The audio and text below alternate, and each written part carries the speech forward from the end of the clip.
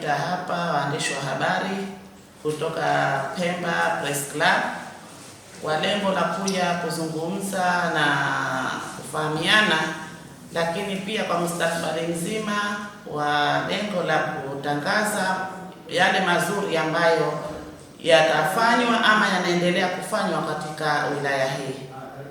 Ndugu waandishi Pemba Press Club, kwa kuwaita na leo mkaweza kuhudhuria katika ofisi hii ya mkuu wa wilaya Chake Chake, ambapo kuna mengi nilikuwa nataraji kuongea na nyinyi kama waandishi wa habari, na leo hii imeweza kufika. Kwa hiyo naambia asante sana. Lengo la kuitani kwenu ni kuzungumzia mwendelezo mzima ambao hii wilaya inatarajia kuendesha, na vile vile ni makumbusho ambayo ni wajibu wenu kama waandishi wa habari, lakini na mimi kama mkuu wa wilaya ni lazima tukae chini tuelekezane hatua kwa hatua. Naomba kwanza kwenu tujenge mashirikiano haya ambayo yatanifanya mimi mkuu wa wilaya kuweza kuonyesha mambo yangu ama kazi zangu ninazozifanya katika wilaya. Lakini jengine ni kwamba ninawataka nyinyi waandishi wa habari muwe wazalendo. Uzalendo huu utatusaidia pia katika wilaya hii ya Chake Chake kuweza kutangaza yale mazuri ambayo Mheshimiwa Dr. Hussein Ali Hassan Mwinyi anaendelea kuyafanya, ambayo kuna mengine yameshatangazwa, lakini kuna mengine bado hayajatangazwa.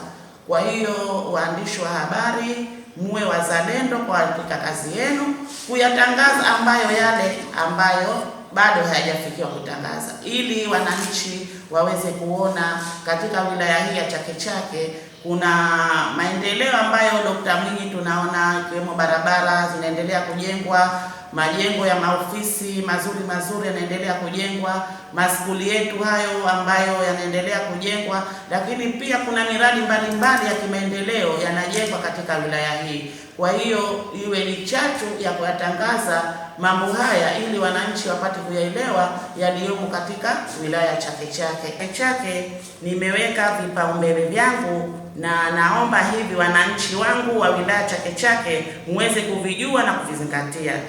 Kipaumbele cha kwanza ambacho nakiweka ni kuhakikisha mji wa Chake Chake unakuwa msafi. Lakini kipaumbele cha pili ni kuhakikisha kwamba mabajaji na mabodaboda wanakaa katika mji huu kwa kufuata sheria ambazo zimewekwa na manispaa yetu ya jiji la Chake Chake, ili kutokana na huu mtafaruku uliopo sasa hivi. Mabajaji tunaona yameingia kwa wingi sana, mabodaboda hapo, na mji wetu huu wa Chake ni mdogo. Kwa hiyo ipo haja ya kufuata sheria zilizowekwa ili kuhakikisha tunaweka mji wetu vizuri. Lakini pia nataka kipao changu cha tatu ni kudhibiti mambo yote ya uvunjifu wa amani katika wilaya hii ya Chake Chake.